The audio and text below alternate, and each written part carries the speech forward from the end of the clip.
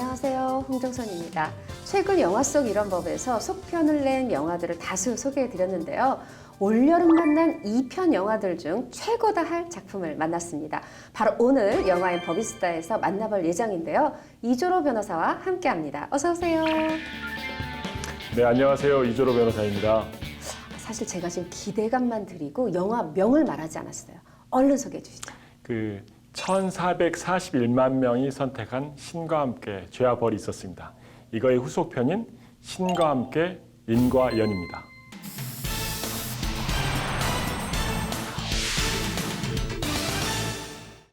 여기 있는 망자 김수홍의 재판을 허락해 주십시오. 그의 죽음엔 밝혀야 될 진실이 있습니다. 대신 조건이 있다.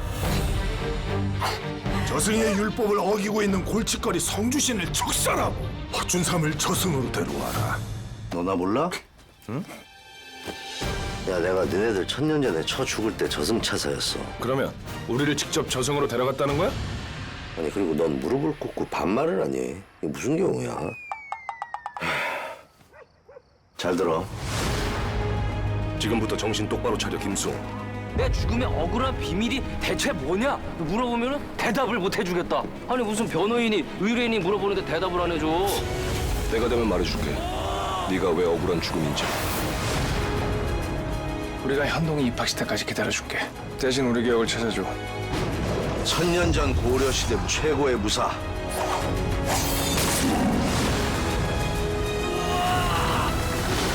환생 싫어. 김수홍 그만! 듣고 싶습니다, 성주신님. 나쁜 인간은 없다는 거. 나쁜 상황이 있는 거지. 도대체 이렇게까지 하는 이유가 뭐야? 1000년 전 일이라고! 그 사건은 누군가에 의해 은폐되었습니다. 염라 대왕님께 마지막으로 묻겠습니다. 기회를 주십시오.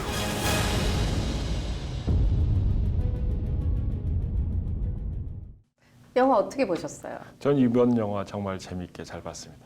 그러니까 1편 같은 경우는 사람들이 상상하는 지옥 장면 있잖아요. 그거를 잘 표현해서 영상이 굉장히 돋보였다면 2편 같은 경우는 영상도 돋보였지만 시나리오가 굉장히 돋보인 것 같아요. 맞아. 특히 이제 이 영화 내용에서 염라대왕인 신이 김동욱 씨한테 나와 함께 일하지 않겠냐라고 물어보는 내용 자체가 이제 제목하고 겹치는 부분이 있는데 저는 개인적으로 시나리오 쓰신 작가분이 제목처럼 신과 함께 하지 않았나라는 생각이 들 정도로 시나리오가 굉장히 좋았던 것 같습니다. 그렇죠. 신과 함께, 염라와 함께가 되는 네, 그런 상황인데 아니 지금 요번이 우리가 32번째 영화 속 이런 법인데 이 변호사께서 이렇게 칭찬한 영화가 있나 싶을 만큼이에요.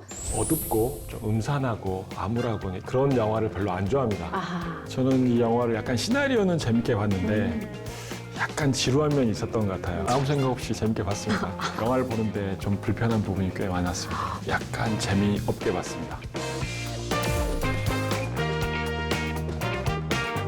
근데 사실 김용화 감독이 이거를 개봉 직전까지 후반 작업을 했어요. 저는 아니 3년 전에 시작한 프로젝트인데 뭐 어떻게 이렇게 마지막까지 이래? 이거 좀 문제 있는 거 아니야? 사실 조금 불안한 것도 있었어요. 그런데 그게 아니라 김용화 감독이 이렇게 얘기하더라고요. 1편에서 정말 너무 기대 이상의 많은 분들이 사랑을 해주셔서 그것에 보답하는 방법은 단점 줄여가면서 후반 작업하는 것밖에 없었다. 그래서 뭐 음악, 뭐 촬영 모든 거가 흠잡을 데가 없다. 이런 얘기들이 있는데 그게 뭐 누구 한 명의 천재성이 아니라 이렇게 많은 사람들의 땀으로 이루어진 결과다 싶고 지금 이 시나리오가 신과 함께 한 거 아니냐 그 작가 옆에 물론 이제 주어민의 원작의 이 웹툰도 좋았는데 사실 원작하고 많이 다르잖아요. 이 시나리오 쓰신 분들이 굉장히 정말 저는 나쁜 인간은 없다. 유기적으로 너무 자연스럽게 잘 얘기를 흘렸고 또 거의 뭐 할리우드에 맞짱 뜨는 CG도 굉장하고 말씀하신 것처럼 2편에서는 드라마가 커지면서 어떻게 보면 캐릭터도 좀 매력적이었다 싶은 그래서 내용 자체가 굉장히 방대하잖아요. 맞아요. 굉장히 복잡할 수 있는데 정말 간명하게 유기적으로 연결시킨 게 딱 보고 난 다음에 이해하기 편하게 그렇게 쓰기 자체가 쉽지 않은데 굉장히 모든 게 다 연결시켜서 잘 쓴 것 같아요. 그렇죠. 그래서 정말 스토리, 영상, 인물 아주 3박자를 딱 갖춘 영화가 됐다 싶은데 자, 2편에서 이조라 변호사 보시기에는 어떤 배우가 가장 빛이 났나요? 저는 1편에서 제일 기억에 남는 배우는 염라대왕의 이정재 씨. 그러셨구나. 보통 사람들은 김동욱, 김장홍의 발견이다 했는데, 근데 이제 2편에서는 그 주지훈 씨를 위한 영화가 아닌가 싶을 정도로 영화 자체에 그 주지훈 씨 이제 일대기가 이제 섞이면서 다 나오잖아요. 그 내용 자체가 어려운 환경에 태어나서 자라고 있는 환경을 쭉 보면 모든 걸 다 갖춘 그리고 어려운 환경을 극복하고 이렇게 자기의 성장하는 과정을 보면서 약간의 무협 영화의 주인공처럼 굉장히 그 주지훈 씨를 위한 영화가 아니었나라는 생각이 들 정도로 주지훈 씨가 굉장히 돋보였습니다. 우리가 1편에선 생각이 다른데 2편은 완전 똑같네요. 저도 하얀 사, 이 목도리 실제로 아마 이게 여우 같아 보여요. 삭은 아니고 그 목도리를 이렇게 다 감추고 눈빛만 내비치면서 와 연기를 하는데 액션도 돼, 따뜻한 인간미도 돼, 사랑도 돼, 뭐 안 되는 게 없어요. 근데 사실 1편만 봤을 때는 아니 지금 진짜 김용호 감독이 이 주지훈 데려다가 이 깨방정만 떨게 하려고 그래? 생각했는데 이 1000년 전 고려 얘기가 나오면서 정말 완벽한 남자, 어디 이런 남자 없습니까? 할 정도의 그런 남자를 딱 주지훈에게 캐릭터를 부여했다 싶고 그걸 또 주지훈 씨가 너무 잘 소화를 했고 근데 이게 저는 이렇게 잘 보이는 배우가 있을 때는 반드시 이걸 떠받치는 배우가 있어요. 이게 저는 그거를 하정우 씨 또 이정재 씨로 봤어요. 이번에 어떻게 보면 그래서 안 보인다라는 건데 1편보다 염라도 저는 사실 보니까 말만 조연이지 이정재 씨가 시나리오만 꼼꼼히 본 게 아니라 모든 배우들의 촬영본을 다 김용호 감독한테 보여달라서 다 봤대요. 왜 그러냐면 전체적 후배들의 연기 톤을 본인이 거기에 맞춰 나가는 전체를 본 거죠. 근데 하정우 씨도 마찬가지예요. 촬영장에 제일 먼저 가는데 제일 끝에 찍었어요. 후배들이 연기한 거 보면서 자기가 거기 톤에 맞춘 거예요. 이런 선배들이 있어서 이렇게 영화가 완성됐다. 이런 생각이 듭니다. 어떤 영화가 되려고 하면 서로 간에 유기적으로 잘 도움 주는 게 있어야 되죠. 특히 저 같은 경우는 그 주지훈 씨 연기를 바치는 게 다른 배우들의 모든 도움이 있었겠지만 김양기 씨도 많이 도와주지 않았나라는 생각이 듭니다. 1편하고 2편이 한꺼번에 찍혔다고 하잖아요. 맞아요. 굉장히 비하인드 스토리가 굉장히 많을 것 같아요. 좀 기억에 남을 만한 그리고 큰 거 있으면 하나만 소개시켜 주시기 바랍니다. 제가 뭐 김영하 감독의 사생활이기 때문에 완전히 말씀드릴 수는 없지만 영화 속에 나오는 이 어떤 수원과 자원 같은 이 가슴 아픈 형제 이야기 혹은 2편에서 보면 제가 스포일러라 말씀드릴 수 없지만 이 아버지가 다른 두 형제가 나오잖아요. 이게 사실은 김용하 감독의 실화예요. 그러니까 본인이 이렇게 어머니가 다른 자식, 아버지가 다른 자식 이런 가족사들의 아픔 어느 아버지, 어느 어머니들이 겪었던 죄 그것으로 인해서 자식들이 입었던 상처를 한 번은 자기가 토닥토닥 해주고 가고 싶었대요. 근데 그걸 남을 토닥토닥이 아니라 바로 자신의 얘기입니다. 그래서 이렇게 어떤 유기적인 얘기 또 진정성 있는 얘기가 되지 않았나 생각을 해보고 제가 이게 밝히고 싶은 비하인드예요. 그 내용 자체가 1편은 모성애, 그죠. 2편은 일종의 부성애. 근데 이게 그 사람 관객들에게 확 다가오는 가장 큰 이유는 아마 실제 경험을 토대로 해서 쓴 그 시나리오가 그 힘이 되지 않았나 생각이 듭니다. 맞아요. 이런 것들이 다른 많은 시청자 또 관객 여러분의 가정에서도 이런 화해와 용서와 이런 시간이 됐으면 하는 마음이고 영화 얘기를 하다 보면 또 끝이 없을 테니까 본격적으로 신과 함께 인과연 속의 법률 얘기 들어가 보겠습니다.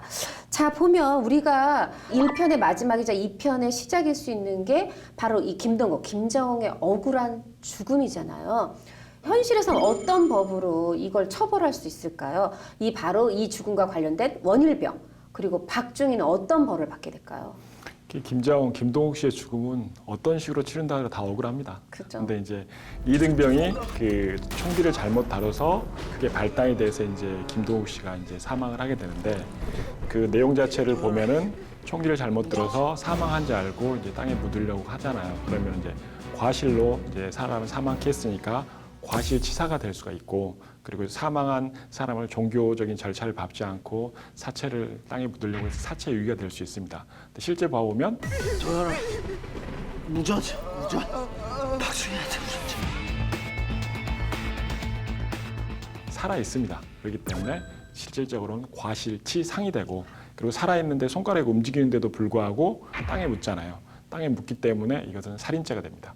그래서 원일병한테는 과실치상 그리고 또 같이 땅에 묻었기 때문에 살인 그리고 박중희는 사망하게 만들었기 때문에 살인 이런 죄가 성립되게 됩니다. 아, 그래요? 제가 볼 때는 사실 원동현 일병보다 더 나쁜 게 박중희 같은데 왠지 저 법을 잘 모르니까 원일병은 죄목이 2개, 박중희는 1개니까 더 가볍게 처벌되나? 이거 제가 잘못 이해한. 죄목이 2개 된다고 해서 형량이 높고 죄목이 하나라 해서 형량이 낮은 건 아니고 가담 정도라든지 정황이라든지 그때 상황에 따라서 형량이 정해진 거지 죄가 많아지니까 원일병이 더 높게 처벌되고 죄가 뭐 적으니까 박중희가 더 적게 처벌된다, 낮게 처벌된다라고 할 수는 없습니다. 아, 그렇군요. 이 신과 함께 뭐 여러 가지 범죄가 등장하지만 짚고 넘어가지 않을 수 없는 범죄가 있어요.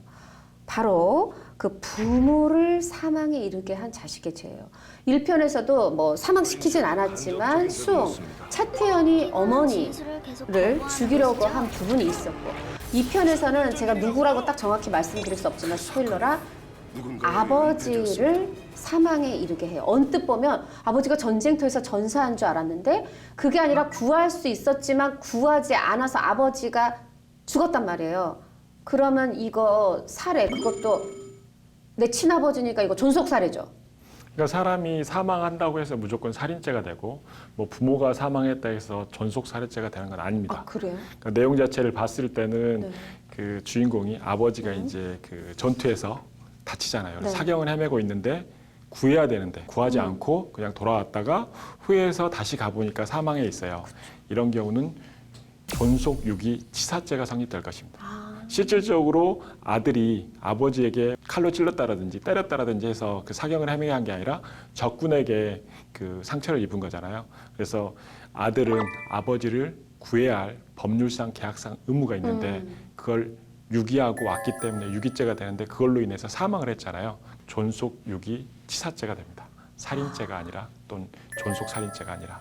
아, 설명 듣다 보니까 우리가 만약에 남이 좀 죽어가려고 할 때 그냥 지나가도 우리가 착한 사마리안법이 없기 때문에 그거는 괜찮은데 아들은 법률상 아버지를 구할 의무가 있는 거군요. 그죠. 그래서 존속 유기 치사죄. 아, 굉장히 낯선 용어지만 변호사님 설명을 들으니까 아주 정말 이 딱 맞아 떨어진다. 영화 상황에 그런 생각이 들고요.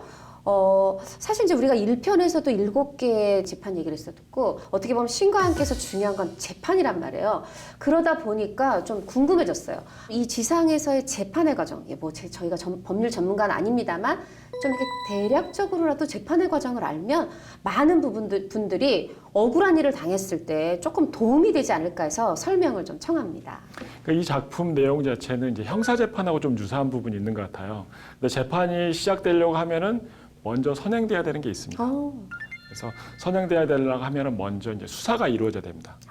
그러니까 수사 같은 경우는 피해자의 고소 또는 그 목격자의 고발 또는 수사기관의 뭐 인지를 통해서 수사가 이루어지는데 경찰 단계에서 수사를 하고 난 다음에 경찰의 의견이 있습니다. 이 사람이 죄가 돼서 처벌돼야 되는지 처벌되지 않아도 되는지에 따라서 그 의견이 기소 의견, 불기소 의견으로 해서 수사를 하고 난 다음에 검찰로 기록을 넘겨줍니다. 이걸 송치시킨다고 합니다.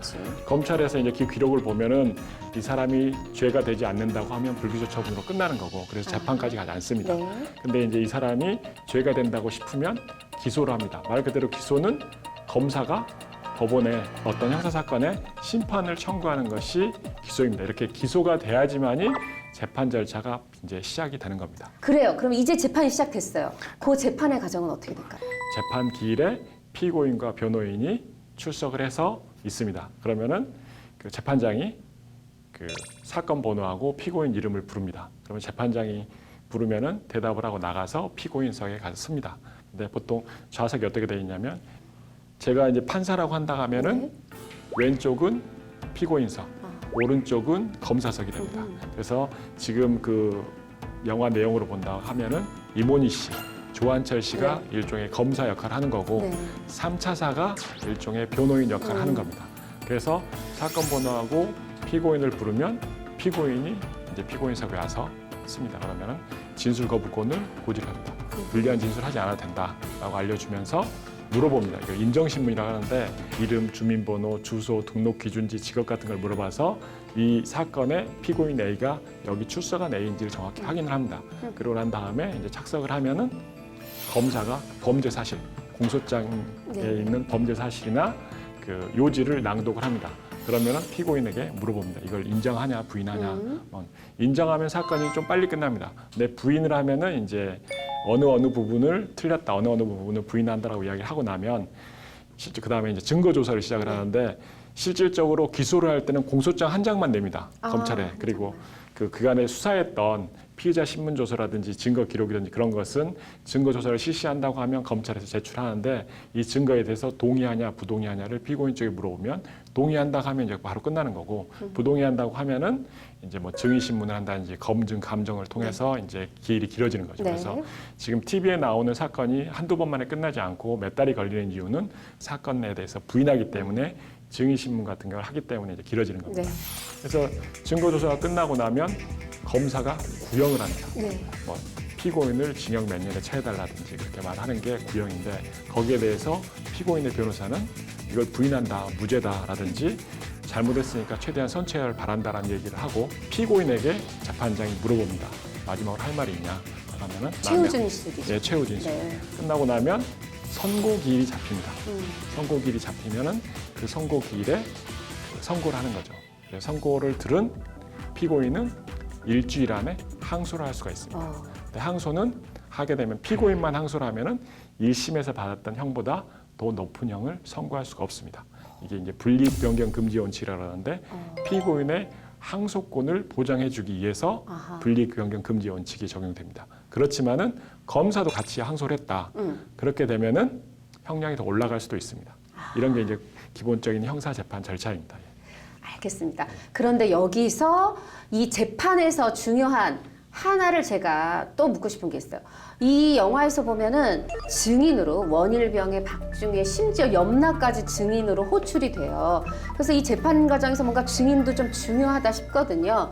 증인에 대한 부분도 조금 설명해 주시죠. 그러니까 이제 보통 선서서에 뭐 어떻게 하냐면 양심에 따라 숨김과 보탬이 없이 사실 그대로 말하고 만일 거짓말이 있으면 위중의 벌을 받기로 맹세합니다라는 선서를 하고 그 증언을 합니다. 그래서 객관적 사실과 다르면 허위 진술이냐, 자기가 경험하고 기억하고 있는 내용과 반해서 진술하면 허위 진술이냐라는 게 이제 생각이 들 수도 있는데 증인한테 객관적 사실을 말을 할 수는 없잖아요. 그래서 객관적 사실과 일치하는 진술을 한다고 하더라도 자기가 경험한 사실과 다른 내용을 진술하면 위증죄가 됩니다. 그래서 자기가 기억하고 경험한 대로만 진술하면 위증죄로 처벌되지 않는데 객관적 사실과 일치하는 내용을 진술한다고 하더라도 자기 기억과 달리 진술을 하게 되면 위증죄가 성립되게 됩니다. 아, 그렇군요. 아, 듣다 보니까 이 위증죄 좀 깔끔하게 정리가 되는데요. 이게 또 지금 저희가 영화 속 재판 얘기를 해가고 있는데 여기 천상 재판이지만 제가 현실에서 듣던 이 법률 용어가 들리더라고요. 그게 뭐냐면 이 김동욱이 우리 자홍이가 내가 8번 만에 북킨에서도 나 1차 패스한 사람이야. 막 40 패스했어. 막 이러면서 불소급을 얘기해요. 내 죄를 옛날 거를 뭐 불소급하지 마라. 요 부분 불소급의 원칙 요걸 좀 설명해 주세요. 그러니까 법률 불소급의 원칙은 말 그대로 소급한다라는 말이 어떤 말인지 아시죠? 뒤로 돌아간다는 말이잖아요. 그러니까 불소급은 뒤로 돌아가서 적용하지 않는다는 이 말이거든요.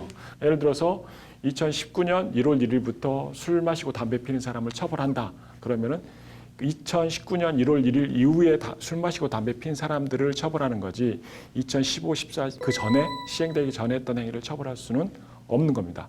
만약에 소급에서 불소급 원칙이 적용되지 않고 소급에서 처벌한다고 하면 지금 하고 있는 행위가 언제 어떻게 범죄가 될지 모르기 때문에 불안해서 국민들은 살 수가 없어요. 그래서 맞아요. 법적 안정성을 위해서라도 법률 불소급의 원칙은 당연한 원칙입니다. 말만 불소급 들어가니까 어려워 보일 뿐이지 너무나 당연한 원칙입니다. 그럼요. 소급은 우리가 뭐 어떤 야근비가 오른다든가 이랬을 때 소급해서 적용하는 그때만 소급되면 될 것 같고요. 자, 이제 법률 용어 여쭤본 김에 하나 더 여쭤볼게요. 우리가 이제 그 집행유예라는 말을 많이 들어요. 그러면 집행유예를 받으면 일단 감옥에 갇히진 않으니까 죄를 안 받는 것 같기도 하고 근데 어떻게 보면 뭐 보통 뭐 징역 10월에 집행유예 2년 이러니까 앞에 징역 10월이 있으니까 실형을 받은 것 같기도 하고 흔히 말하는 이게 속셈 말로 시쳇말로 빨간 줄 가는 건가요? 집행유예도? 당연히 전과가 됩니다. 아, 전과자가 그러니까 되는 거구나. 집행유예는 쉽게 생각하시면 형의 집행을 유예한다 이렇게 생각하시면 됩니다. 법원에서 형의 선고를 했지만은 형의 집행을 이루지 않는 게 집행유예입니다. 예를 들어서 징역 1년에 집행유예 2년이다. 원래 이 사람은 징역 1년을 살아야 되는데 2년 동안 집행을 유예하기 때문에 그 기간이 지나면 선고 효력이 사라집니다. 아하. 근데 우리가 많이 듣는 것 중에 기소유예, 선고유예, 집행유예가 있습니다. 네. 근데 기소유예는 검사가 수사하다가 좀 죄가 되긴 하는데 초범이고 어리고 또 이제 죄질도 그렇게 나쁘지 않으면은 기소를 하지 않습니다. 아하. 그러면은 재판을 받지를 않는 거죠. 그렇죠. 그래서 검사가 하는 게 기소유예. 그리고 선고유예는 검사가 기소를 했는데 죄가 별로 크지 않고 초범이고 반성하고 이런 걸 고려해서 선고 자체, 형 선고 자체를 유예하는 겁니다. 네. 형의 선고가 돼야지만이 벌금을 뭐 해가지고 벌금을 낸다든지 구치소, 교도소 가서 실형을 산다든지 하는데 선고 자체를 유예하는 거고 집행유예는 형을 선고는 하는데 형의 집행만 유예하는 제도입니다. 그래서 기소유예라든지 선고유예라든지 집행유예 같은 경우는 범죄경력조회, 수사경력조회를 떼어보면 다 나옵니다. 아, 경력이 다 나오는군요. 뭐 형 실효에 관한 법률에 의해서 일정 기간이 지나면 사라진다고 말을 하는데 보통 그 기록 같은 거 봐보면은 그 수사 경력 조회 같은 거 보면 기소유예 했던 건 다 나오고 집행유예 선고유예 했던 거 같은 경우도 그 범죄 경력 조회 같은 거 하면 나옵니다. 아, 그렇군요. 아니, 오늘 또 이 신과 함께 인가연 하면서 재판의 과정도 사실 쭉 한번 훑어봤고 법률 용어들도 정리했고 또 뭔가 알찬 시간이 된 것 같아요. 그렇지만 여기서 또 저의 만족이 끝나지 않고 이 신과 함께 인가연이 우리에게 말하는 이야기는 또 뭐라고 이철호 변호사는 느끼셨나요? 내용 자체에서 가장 기억에 남는 장면은 그건 것 같아요. 1000년을 산 성주신이 네. 세상에 나쁜 사람은 없다. 단지 나쁜 상황만 있을 뿐이다. 아마 이제 어떤 사람든지 간에 자기가 살아가는 상황, 지금 현재 상황이 가장 나쁘고 가장 힘들다고 생각할지도 모르는데 이 상황도 때가 되면 지나가지 않을까. 그런 생각도 한번 들어봤습니다. 맞습니다. 저도 그 대사가 굉장히 감명 깊었고 그리고 바로 그 나쁜 상황을 좋은 상황으로 바꿔나가는 것도 또한 나라는 생각이 들면서 너 나쁜 사람 없어. 사람 다 착하니까 그냥 막 살아가 아니라 그 나쁜 상황을 당신이 해결해 나가라 라는 말로 좀 들리면서 죽음에 관한 영화지만 삶을 더 열심히 살아야 되겠구나 뭐 그런 생각이 들었던 것 같아요. 그런 말도 있지 않습니까? 그 상황은 사람을 구속하지 않는다. 단지 그 사람의 됨됨이를 드러내게 할 뿐이다라는 말이 있긴 하지만 상황이 힘들면 사람이 힘들 수밖에 없는 것은 어쩔 수 없는 것 같습니다. 네, 지금 힘드신 분들 그래도 용기 잃지 마시고 또 힘을 내 보시고요. 이철호 변호사는 또 여기서 보내드리겠습니다. 고맙습니다. 네, 감사합니다. 신과 함께 인가연이 개봉 첫날 125만 관객의 사랑 속에 오프닝 신기록을 썼습니다. 기존 최고인 주라기 월드의 118만 명을 훌쩍 넘어선 기록. 일주일 앞서 개봉한 인난과는 사뭇 다른 양상인데요. 다음 주 소개해드릴 공작은 또 어떤 성적표를 받을까요? 이 모든 영화의 흥행의 역사, 누구는 울게, 누구는 웃게 하는 주체는 바로 시청자 여러분, 관객분들이라는 것을 다시금 깨닫는 오늘입니다. 영화 속 이런 법도 여러분의 마음을 아는 프로그램이 되도록 더 정진하겠습니다. 고맙습니다.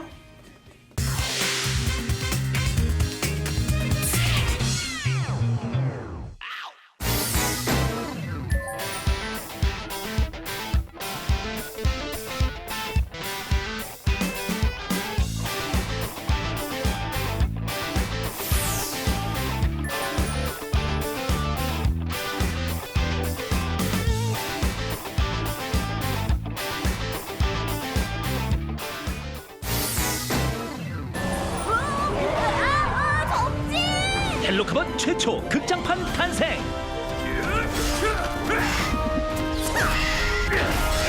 공룡 카봇들의 시공초월 어드벤처!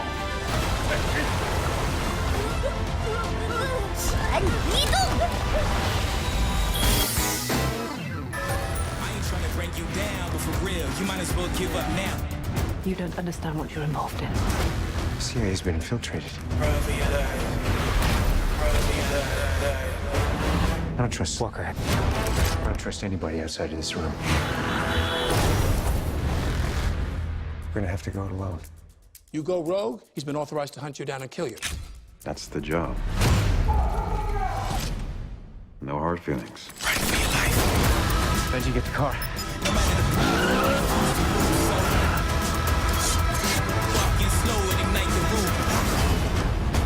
When the clock stops, Ethan Hunt will lose everyone he ever cared about. Run for your life. Accept it, Ethan. You've lost this one. What's done is done. What's done is done when we say it's done. 여기 있는 망자 김수홍의 재판을 허락해 주십시오. 그의 죽음엔 밝혀야 될 진실이 있습니다. 대신 조건이 있다. 저승의 율법을 어기고 있는 골칫거리 성주신을 척살하고 허준삼을 저승으로 데려와라. 너 나 몰라? 응? 야, 내가 너네들 1000년 전에 쳐 죽을 때 저승차사였어. 그러면 우리를 직접 저승으로 데려갔다는 거야? 아니, 그리고 넌 무릎을 꿇고 반말을 하니? 이게 무슨 경우야? 잘 들어. 지금부터 정신 똑바로 차려 김수홍. 내 죽음의 억울한 비밀이 대체 뭐냐? 물어보면은 대답을 못 해주겠다. 아니 무슨 변호인이 의뢰인이 물어보는데 대답을 안 해줘. 내가 되면 말해줄게. 네가 왜 억울한 죽음인지. 우리가 현동이 입학시 때까지 기다려줄게. 대신 우리 기억을 찾아줘. 1000년 전 고려시대 최고의 무사.